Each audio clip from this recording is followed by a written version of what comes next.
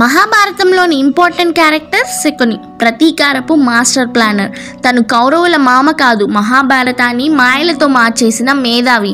అతని ప్రతీకారం వందల మంది ప్రాణాలను తీసింది. గాంధార దేశపు రాజకుటుంబానికి చెందిన శకుని తన సోదరి గాంధారి ఉన్నది. ఒకరోజు హస్తినాపురం నుండి రాకులు వచ్చాయి, గాంధారిని ధృతరాష్ట్రునికి ఇచ్చి వివాహం చెయ్యమని. ధృతరాష్ట్రుడు పుట్టుకతో అంధుడు, గాంధారిని తనకి ఇచ్చి పెళ్లి చేయమని కోరారు. శకునికి ఈ వివాహం అసహజంగా అనిపించింది, కానీ అసలు బాధ మొదలైంది తర్వాతే.